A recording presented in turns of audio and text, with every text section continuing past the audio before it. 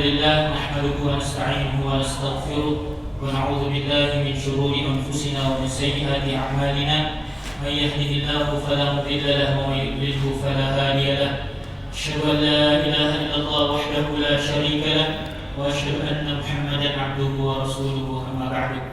Jamaah Masjid Al-Mubarak Ketika yang insyaallah dirahmati oleh Allah Subhanahu wa taala. Alhamdulillah, bersyukur kita panjatkan kepada Allah Subhanahu wa taala dan salawat dan salam kepada baginda Nabi Muhammad sallallahu alaihi wasallam. Kita berkumpul kembali di tempat ini untuk melanjutkan kajian kita, yaitu kajian rutin pada hari Kamis pada maghrib, yaitu membahas mengenai fikih muyassar.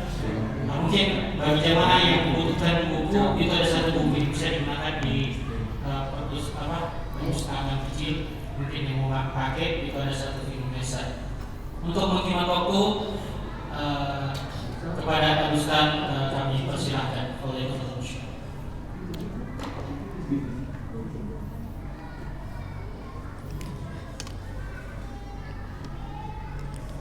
Bismillahirrahmanirrahim. Assalamualaikum warahmatullahi wabarakatuh.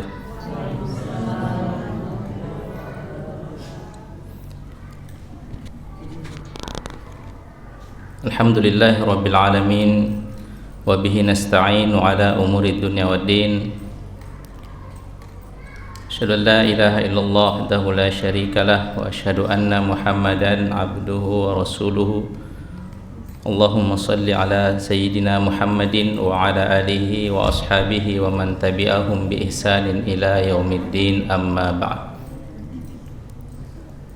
Jamaah yang dirahmati Allah Subhanahu wa taala, senantiasa kita memanjatkan rasa syukur kita kepada Allah Subhanahu wa taala yang di mana Allah masih senantiasa melimpahkan taufik, rahmat dan hidayahnya kepada kita semua. Begitu juga semangat untuk hadir dalam rangka bermajelis ilmu. Salawat dan salam semoga juga senantiasa kita curahkan kepada Rasulullah sallallahu alaihi wasallam dan kepada para sahabatnya, bersama keluarganya dan bersama pada para pengikutnya sampai hari kiamat insyaallah taala. Baik Bapak Ibu yang dirahmati Allah Subhanahu wa taala, jadi pada kesempatan yang berbahagia ini kembali kita melanjutkan kajian kita pada kitab Fiqhul Muyassar, membahas tentang perkara-perkara fikih ya, yang mana kebutuhan kita akan masalah ini masih kurang, pengetahuan kita mungkin masih kurang terkait dengan fikih. Dan insyaallah taala pada kesempatan ini kita sudah memasuki bab yang ketiga, yakni tentang fi qada'il hajah wa adabiha, tentang bab buang hajat ya. Begitu juga terkait dengan adab-adab pada saat kita buang hajat ya. Jadi masya Allah ya, agama kita bahkan masalah perkara buang hajat saja, perkara buang air besar atau buang air kecil itu diatur sedemikian rupa. Nah, ini pernah dibanggakan oleh sahabat Salman Al-Farisi. Nah, ketika orang Quraisy mendatangi Salman Al-Farisi dan mengatakan, yu'allimukum nabiyyukum hatta fil khira'ah, nabi kalian mengajarkan kalian bahkan masalah buang hajat. Kata Salman, na'am. Nah, jadi seakan-akan di sini tujuan orang Quraisy mau mengejek Salman dan Nabi sallallahu alaihi wasallam. Masa masalah buang hajat saja diatur, diajar, masa masalah cebok saja diajar. Nah, tapi justru Salman dengan bangga mengatakan ya na'am. Nah, karena ini menunjukkan kesempurnaan agama kita, kemuliaan agama Islam. Karena sesuatu yang sangat berharga itu biasanya kalau kita beli barang-barang yang mahal, pasti di situ terdapat tata cara atau petunjuk untuk menggunakannya ya. Nah, itu menggunakannya. menunjukkan sesuatu itu berharga. Nah, jadi di sini insya Allah kita akan membahas tentang bab buang hajat, berikut juga dengan adab-adabnya. Nah, ada beberapa permasalahan terkait qadaul hajat ini. Di sini disebutkan ada 5 masalah. Yang pertama adalah terkait tentang istinja wal istijmar wa qiyamu ahaduhuma maqamal akhar. Nah, terkait dengan istinja dan istijmar, dan apakah kalau kita sudah beristinja kita tidak perlu lagi beristijmar, atau sebaliknya kalau kita sudah beristijmar apakah tidak perlu lagi beristinja. Apa itu istinja? Penulis mengatakan izalatul kharij minas sabilaini bil ma', yaitu membersihkan sesuatu yang keluar dari 2 jalan. Dari 2 jalan itu kubul dan dubur. Nah, jadi penting kita memahami istilah-istilah dalam fikih. Ada namanya istinja, istinjar, istijmar, atau ada juga istilah kubul dan dubur ya. Kalau kubul itu kemaluan yang di depan, dubur kemaluan yang di belakang. Nah, cuman lebih sopannya maka disebut dengan kubul dan dubur dalam bahasa Arab. Nah, jadi istinja itu membersihkan segala sesuatu yang keluar dari kemaluan atau dari dubul dan dubur dengan air. Artinya istinja itu adalah bagaimana kita cebok dengan air. Nah, begitu bahasa sederhananya.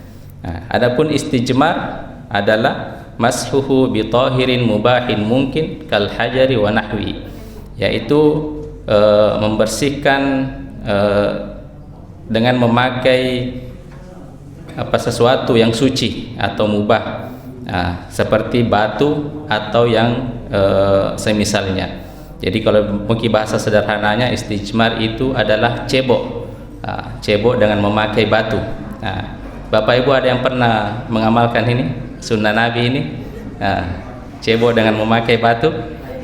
Ini sekali-kali ya perlu kita mengamalkannya, atau hal-hal yang bisa mewakili batu. Dan nanti insya Allah akan dibahas lebih lanjut. Jadi istinja itu membersihkan atau cebok dengan memakai air. Istijmar adalah cebok dengan memakai batu atau yang semisal dengan batu yang bisa dipakai untuk membersihkan asal itu benda suci lagi mubah. Dan Nabi pernah melakukan hal tersebut. Sebagaimana disebutkan di sini, karena Nabi sallallahu alaihi wasallam yadkhulul khala fa ahmilu ana wa gulamin nahwi idawatan mimma wa anazatan fa istanji bil ma'. Dari Nabi sallallahu alaihi wasallam, dari Anas, yaitu khadimun Nabi, mana Anas ini adalah pelayan Nabi. 10 tahun beliau melayani Nabi sallallahu alaihi wasallam. Jadi Nabi pernah masuk pernah buang hajat ya, lalu Anas bersama seseorang anak yang seusianya itu membawa wadah, membawa air dari kulit, yang tempatnya wadahnya bejananya dari kulit dan tongkat pendek, lalu beliau berstinja dengan air tersebut. Jadi ini merupakan dalil bahwasanya Nabi SAW beristinja dengan air. Adapun dengan istijmar dengan batu, kata Nabi SAW, idza ahadukum ilal ghaid falyastatib bi thalathati ahjarin fa innaha tujzi'u anhu. Jadi dari Aisyah radhiyallahu taala anha bahwa Nabi SAW bersabda, bila salah seorang dari kalian buang hajat, maka hendaknya dia membersihkan diri dengan 3 batu. Dengan 3 batu. Jadi minimalnya adalah 3 batu, dan itu sudah mencukupi. Jadi bila mana kita beristijmar, Bapak Ibu sekalian, cebok dengan memakai 3 batu, maka itu sudah mencukupi. Mencukupi ya. Misalnya kalau kita betul-betul mempersiapkan 3 batu misalnya, atau ada tisu yang kita pakai dengan 3 potongan, tapi habis tisu, maka meskipun kita merasa masih belum bersih, tapi insya Allah itu kata para ulama ma'fuun anhu, insya Allah dimaafkan. Yang penting mencukupi 3 batu dan tidak boleh kurang daripada 3 batu. Dan juga penulis mengatakan wala yujzi'u fil istijmar aqallu min 3 masahat. Dan dalam ketika beristijmar itu tidak boleh kurang dari 3 usapan. Nah, perhatikan kata-kata penulis di sini. Disebutkan 3 usapan. Jadi yang illatnya itu adalah 3 usapan. Nah, jadi bagaimana bila kita mengambil batu, tapi batu itu punya 3 sisi ya, agak besar lah 3 sisi.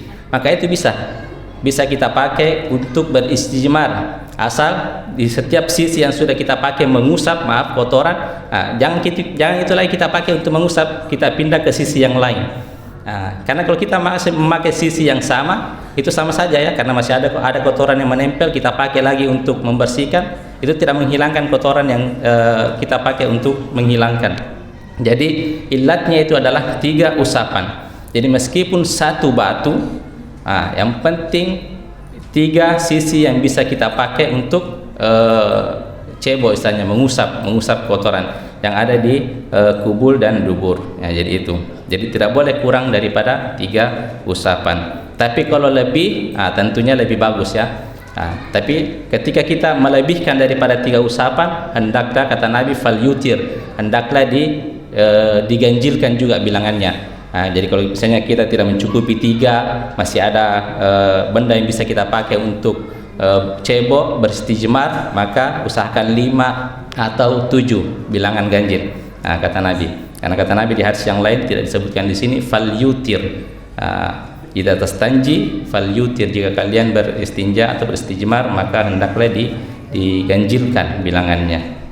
Jadi seperti itu. Kemudian penulis menyebutkan bahwasanya istijmar dilakukan dengan menggunakan batu atau sesuatu yang bisa berfungsi seperti batu. Yang penting hal itu benda-benda suci ya, bukan benda-benda najis. Seperti tisu atau kertas atau kayu, yang penting tidak tajam ya, tidak kayunya, atau dan yang lainnya, daun bisa, daun. Kemudian saya tambahkan ketika saya cari di keterangan yang lain, yang penting benda tersebut bisa menyerap. Bisa menyerap. Jadi apa yang tidak bisa menyerap seperti kaca ya, itu kaca tidak bisa menyerap. Atau daun talas, atau daun talas yang biasa di empang itu, kalau di air dia tidak akan basah. Pokoknya yang penting bisa menyerap. Jadi batu, kayu atau tisu, yang lazimnya biasa kita gunakan adalah sebagai pengganti batu adalah tisu. Seperti itu. Kita pakai untuk beristijmar. Yang penting itu tadi, tidak boleh kurang daripada 3 usapan. Sebagaimana Nabi SAW bersabda, nahana Nabi SAW an nastanjiya bil yamin wa an nastanjiya bi aqalli min 3 ahjar wa nastanjiya bi raji'in aw admin. Yaitu Nabi SAW melarang kami untuk beristinja dengan tangan kanan. Jadi tidak boleh cebok dengan memakai tangan kanan, Bapak Ibu sekalian. Bahkan di luar perkara cebok pun Nabi itu melarang kita memegang kemaluan, misalnya gatal ya, misalnya gatal kita pakai menggaruh dengan tangan kanan, itu tidak boleh. Bagaimana Nabi Sallallahu Alaihi Wasallam, jangan kalian meniup makanan wa ayyamus dzakarahu biyamini, dan juga tidak boleh menyentuh kemaluan dengan tangan kanan. Nah, di sini disebutkan Nabi melarang kami beristinja dengan tangan kanan, beristinja dengan kurang daripada 3 batu, dan beristinja dengan kotoran hewan atau tulang.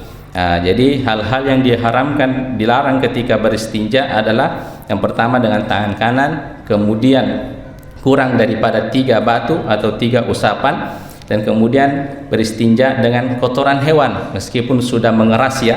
Mengeras, misalnya kita lihat ada kotoran hewan yang mengeras dan tidak ada bisa kita pakai untuk cebok, kemudian kita ambil, itu tidak boleh, karena itu tentunya najis ya. Najis tidak bisa membersihkan najis. Dan Nabi melarang beristinja dengan tulang. Tulang. Kenapa tulang? Karena kata Nabi SAW, tulang itu adalah to'amu ikhwanikum, karena tulang itu merupakan makanan saudara kita dari kalangan bangsa jin.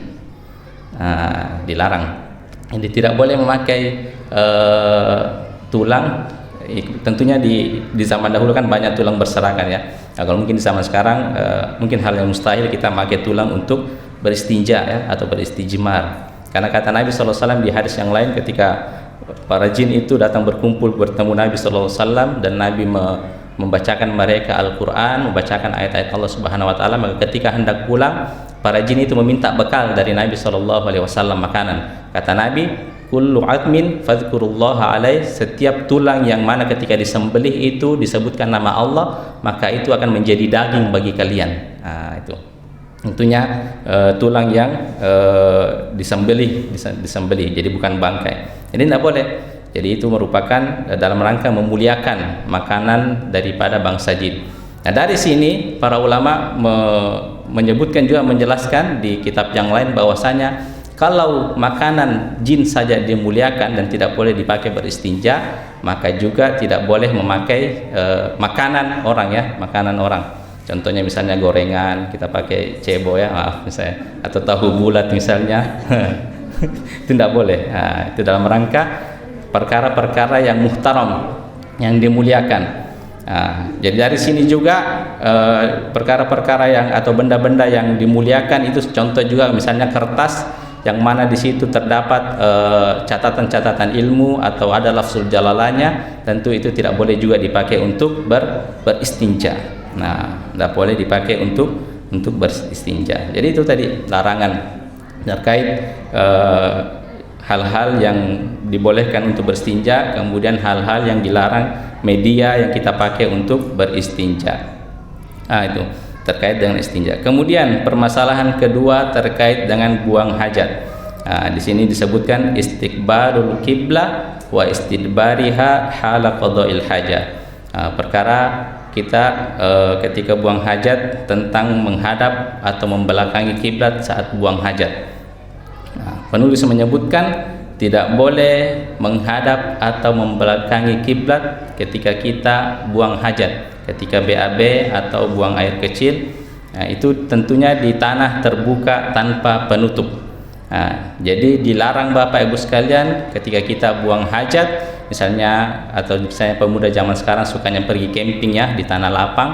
Nah, ketika dia mau buang hajat, maka dilarang baginya untuk menghadap ke kiblat atau membelakanginya.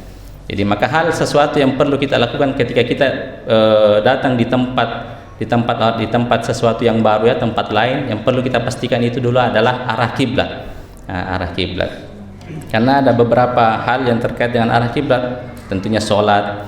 Nah, kemudian juga saat buang hajat, kita harus memastikan pada saat kita buang hajat kita tidak menghadap ke kiblat dan kita tidak membelakangi kiblat.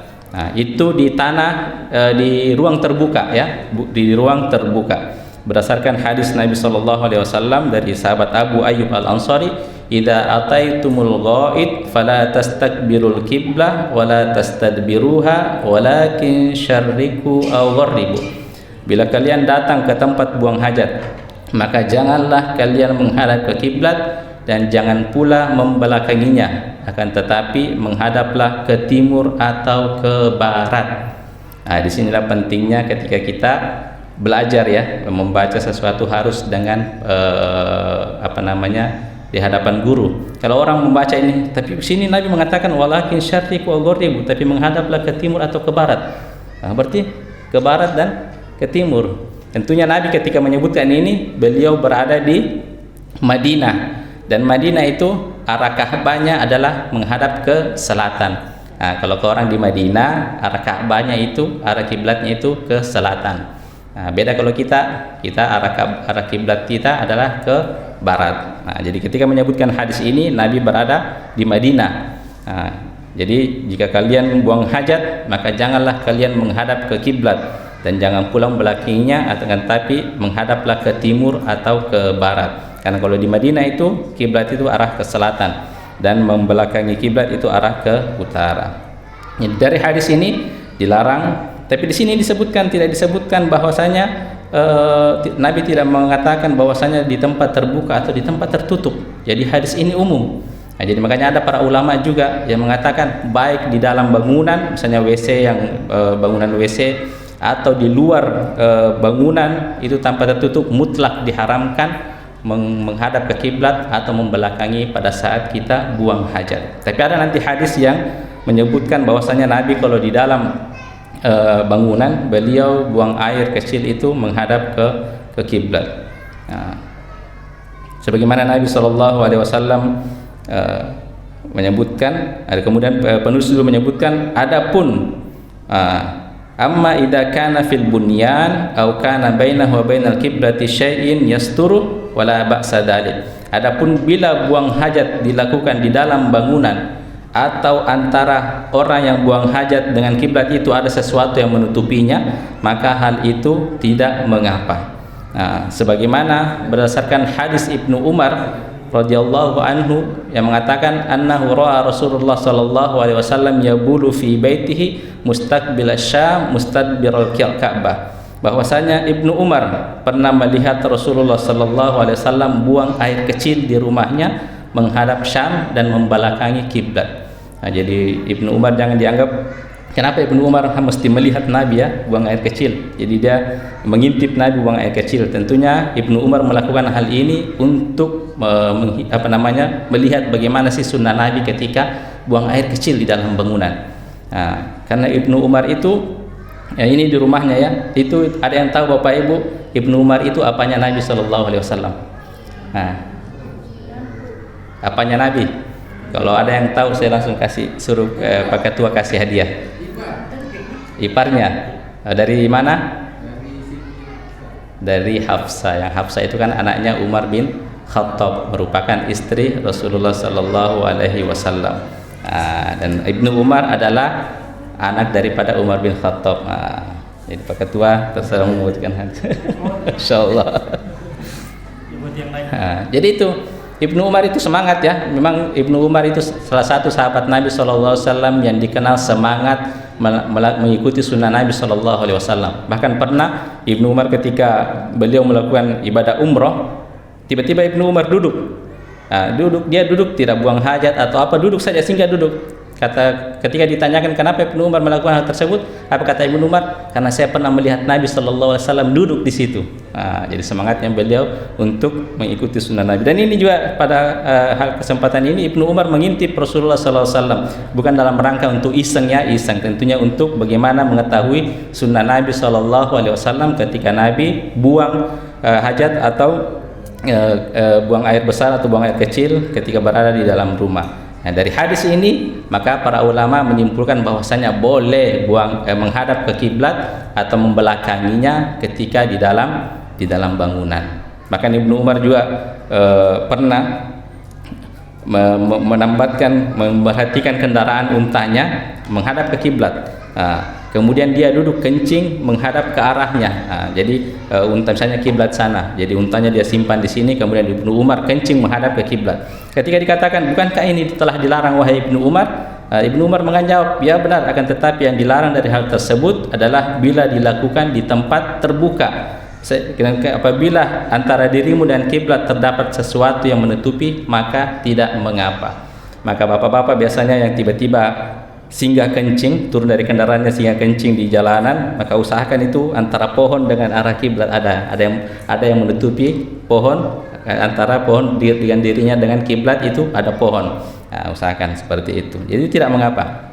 Jadi dari sini menyebutkan bahwasanya tidak mengapa ketika seseorang itu buang hajat di dalam bangunan membelakangi kiblat atau menghadap ke kiblat. Tapi kata penulis wal afdal tarku dzalika hatta fil bunyan. Tentunya yang lebih utama Bapak Ibu sekalian, baik ketika di dalam bangunan, di tempat tertutup ataupun di tempat terbuka, tidak melakukannya ya, tidak melakukannya. Jadi meskipun kita berada di dalam bangunan, buang air besar, buang hajat di dalam bangunan, yang afdal kata penulis adalah tetap tidak membelakangi, tidak menghadap ke kiblat atau tidak membelakangi kiblat. Jadi untuk menghindari perselisihan para ulama, karena tadi ada hadis yang menyebutkan hadis Nabi itu mutlak haram. Nabi tidak menyebutkan bahwasanya kalau kalian di dalam bangunan maka silahkan boleh menghadap ke kiblat atau membelakanginya. Tapi perbuatan Nabi menunjukkan hal tersebut bahwa boleh. Makanya biasa ada kaidah dalam agama kita, sabda Nabi itu biasa lebih didahulukan daripada perbuatan Nabi. Sabda Nabi ketika Nabi menyabdakan sesuatu itu perintah atau larangan, maka itu lebih diutamakan daripada perbuatan Nabi. Karena ada beberapa perkara-perkara yang memang bisa dilakukan Nabi tapi tidak bisa dilakukan kita oleh umatnya. Ya kan? Contohnya apa Bapak Ibu? Sudah saya tebak ini jawabannya, yaitu beristri. Nabi beristri 9, tapi kita tidak boleh beristri lebih daripada 4. Jadi memang ada perkara-perkara yang memang kekhususan Nabi, perbuatan Nabi yang tidak boleh kita juga lakukan. Meskipun yang roji, yang mayoritas ulama membolehkan ya,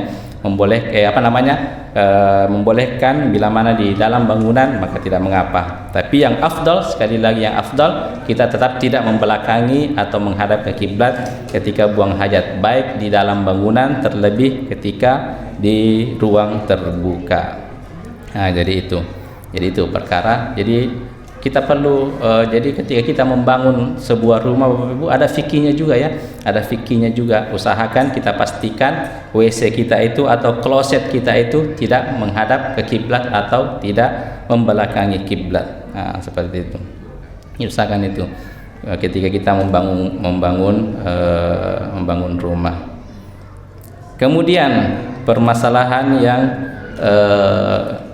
selanjutnya terkait dengan qadaul hajah, yaitu ma yusannu fi'luhu di dakhilil ma', yaitu apa yang disunnahkan ketika kita masuk WC atau ketika hendak buang hajat.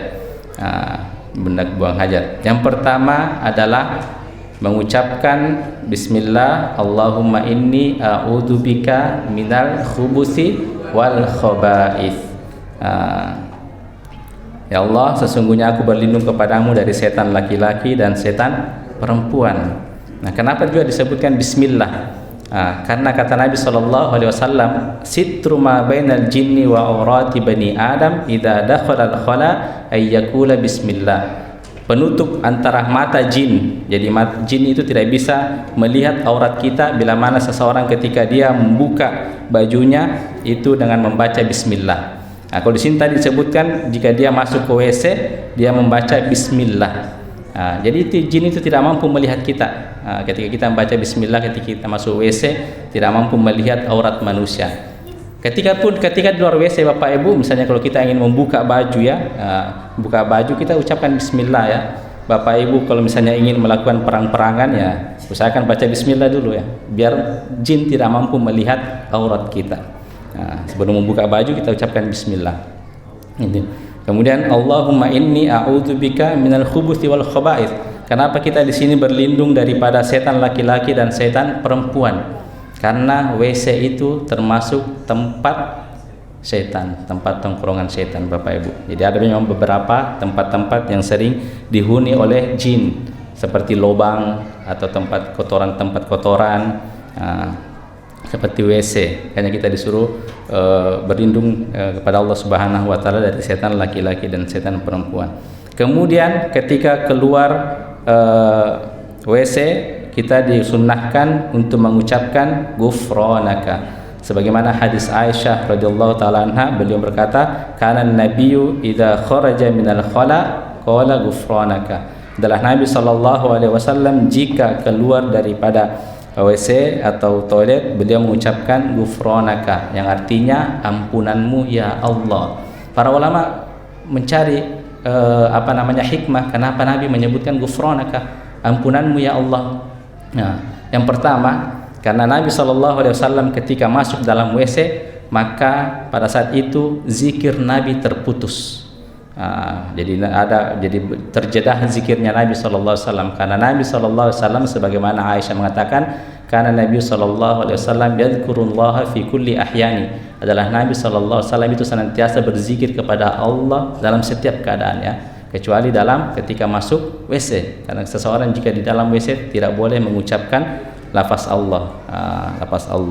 Jadi sini yang pertama karena zikir Nabi terputus, jadi Nabi memohon ampun kepada Allah Subhanahu wa taala. Bagaimana dengan kita ya?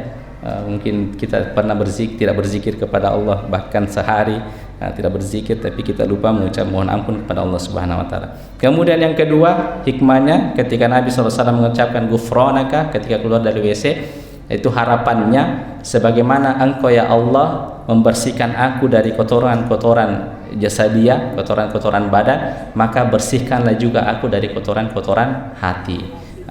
Jadi kita memohon ampun kepada Allah Subhanahu wa taala. Tuh.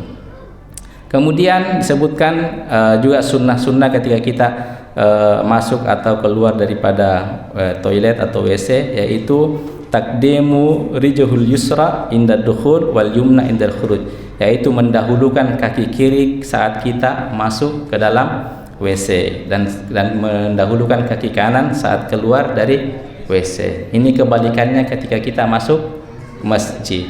Masuk masjid itu yang didahulukan kaki kanan, kemudian mengucapkan doa, sambil mengucapkan doa Allahumma aftahli abwaaba rahmati.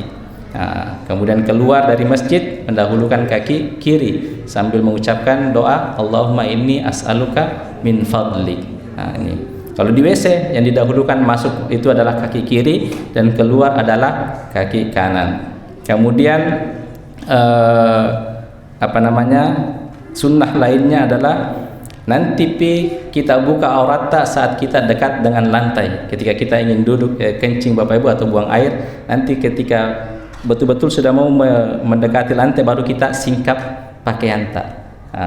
Jadi sampai segitunya Nabi Shallallahu Alaihi Wasallam. Bagaimana Nabi Ibnu Umar, lagi-lagi Ibnu Umar itu bahwasanya Nabi apabila hendak buang hajat maka beliau tidak mengangkat bajunya sampai benar-benar dekat dari tanah. Itu tentunya tujuan agar tidak terlihat auratnya Nabi Shallallahu Alaihi Wasallam. Jadi sampai hal tersebut Nabi mengajarkan kita. Kemudian yang terakhir adalah tentunya ini kalau di luar bangunan ya, ketika kita mau buang hajat yang itu di tempat terbuka menjauh daripada pandangan orang. Sebagaimana Nabi Shallallahu Alaihi Wasallam, kami keluar dalam sebuah safar bersama Rasulullah Shallallahu Alaihi Wasallam dan beliau tidak datang ke tanah padang pembuangan untuk buang hajat sehingga beliau menghilang sampai tidak terlihat, menghilang dari pandangan dari orang lain. Itu. Jadi masya Allah Bapak Ibu, begitu banyaknya tentunya hal ini Allah Subhanahu Wa Taala atau Nabi Shallallahu Alaihi Wasallam praktekkan agar kita bisa mengikuti sunnahnya ya. Jadi tidak ada yang sia-sia Allah ciptakan di muka bumi ini.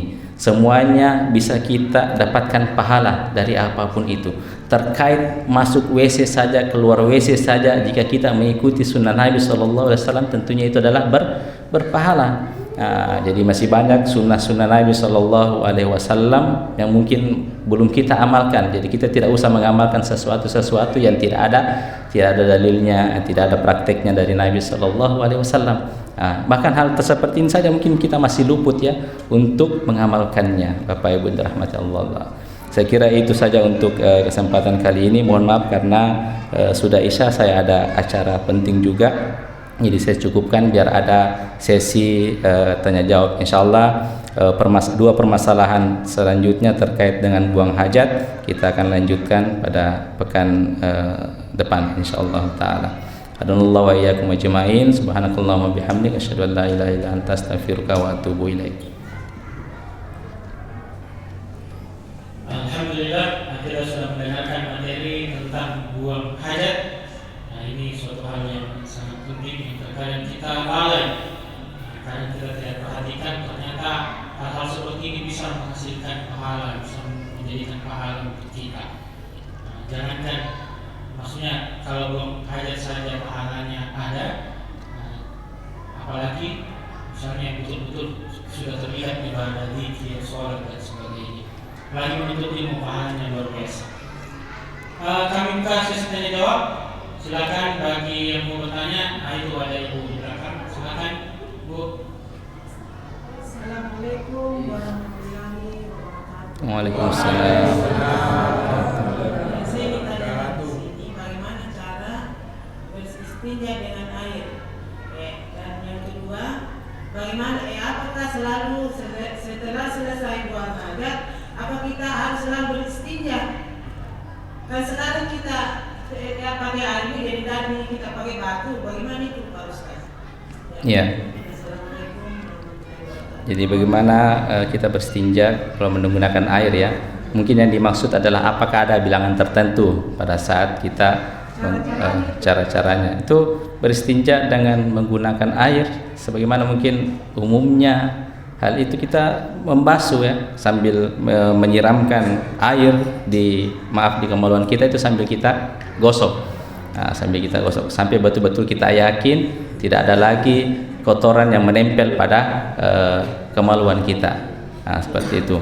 Kemudian apakah kalau kita sudah beristinja atau cebok dengan air, apakah masih perlu lagi dengan menggunakan batu atau tisu?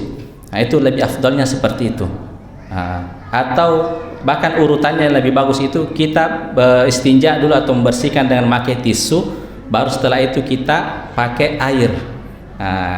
Kan biasanya kita pakai tisu untuk menghilangkan pertama tentunya kotorannya, kemudian kita yakinkan diri kita membersihkan dengan memakai air. Nah, seperti itu.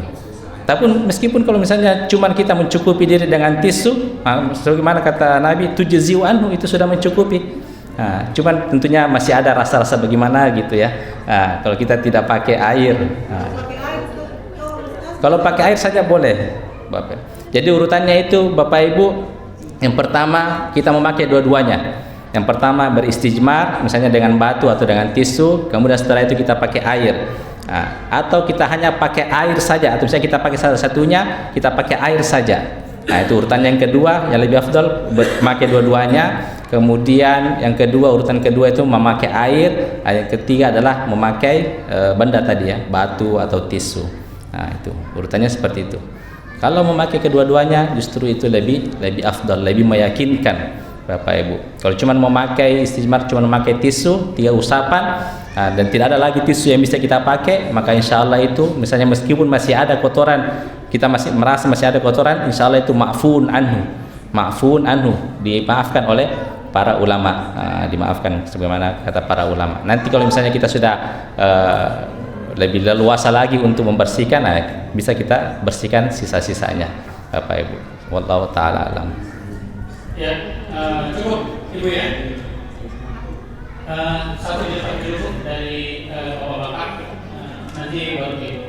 Kayaknya banyak pertanyaan ini kalau masalah videonya.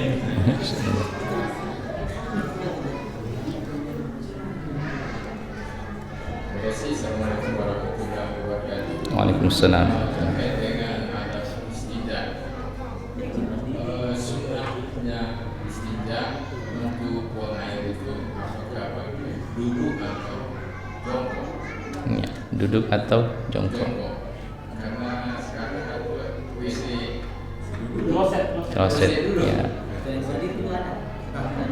Atau buang air besar berdiri. Buang air besar Buang air kecil berdiri. Nah,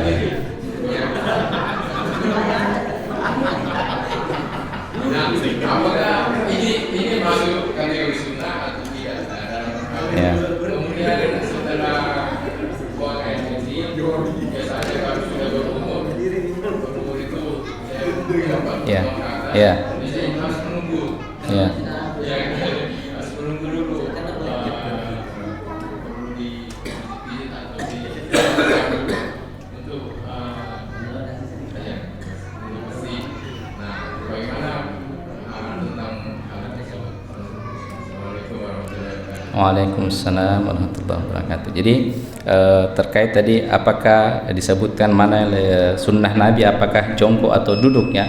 Tentunya disebutkan jongkok atau duduk itu saya kira perkaranya sama. Perkaranya sama. Cuma nanti yang terdapat perbedaan pendapat itu ketika pada saat berdiri, posisi berdiri. Ada memang larangan Nabi SAW yang menyebutkan dilarang kencing berdiri, tapi itu didoifkan oleh ulama hadis ya, didoifkan ulama hadis. Dan memang ada prakteknya Nabi SAW itu kencing dalam keadaan berdiri. Jadi Nabi pernah kencing dalam keadaan berdiri. Jadi dari sini para ulama membolehkan kita kencing pada saat dengan posisi berdiri. Karena yang melarang kencing berdiri itu didoifkan hadisnya oleh ulama. Itu yang saya pegang ya, itu saya pegang Bapak Ibu. Adapun terkait jongkok dan duduk saya kira sama saja. Itu. Allah taala alam. Bagaimana? Insya Allah pekan depan itu kita cepat selesainya untuk membahas cuma 2 permasalahan. Kalau menjadi masih ada pertanyaan yang ingin ditanyakan, kita berikan nanti waktu yang banyak di pekan depan, insya Allah. Ya. Oh ya, silakan.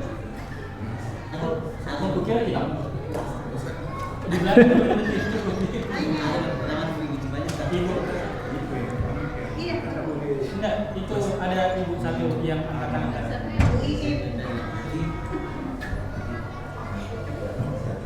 Assalamualaikum warahmatullahi wabarakatuh. Waalaikumsalam.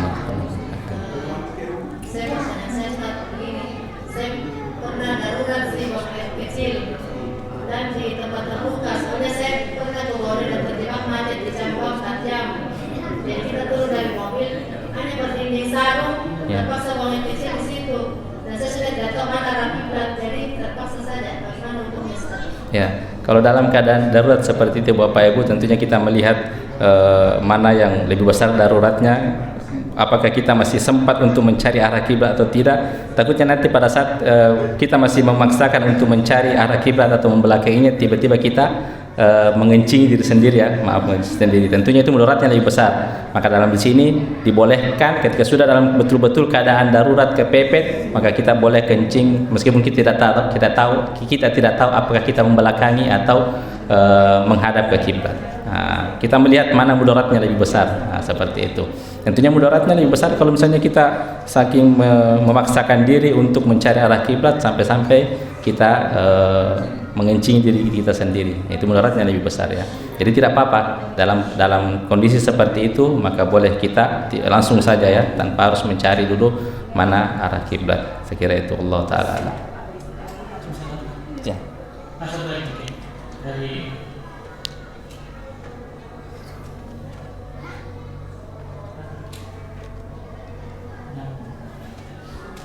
Assalamualaikum Ustaz. Ya. Terima kasih atas kesempatan yang diberikan. Insyaallah. Izin bertanya Ustaz tentang Istijmar, ya. Kan bebatuan yang digunakan oleh Rasulullah, kalau boleh tahu jenis batuan seperti apa Ustaz, dan apakah kebetulan Ustaz saya tahu jenis batuannya batu kapur? Ya.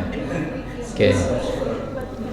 Jadi adapun jenis batu yang digunakan Nabi SAW tidak disebutkan, tapi kata para ulama yang penting bisa menyerap, bisa menyerap. Jadi ada batu mungkin batu berlian, ya, tidak bisa menyerap.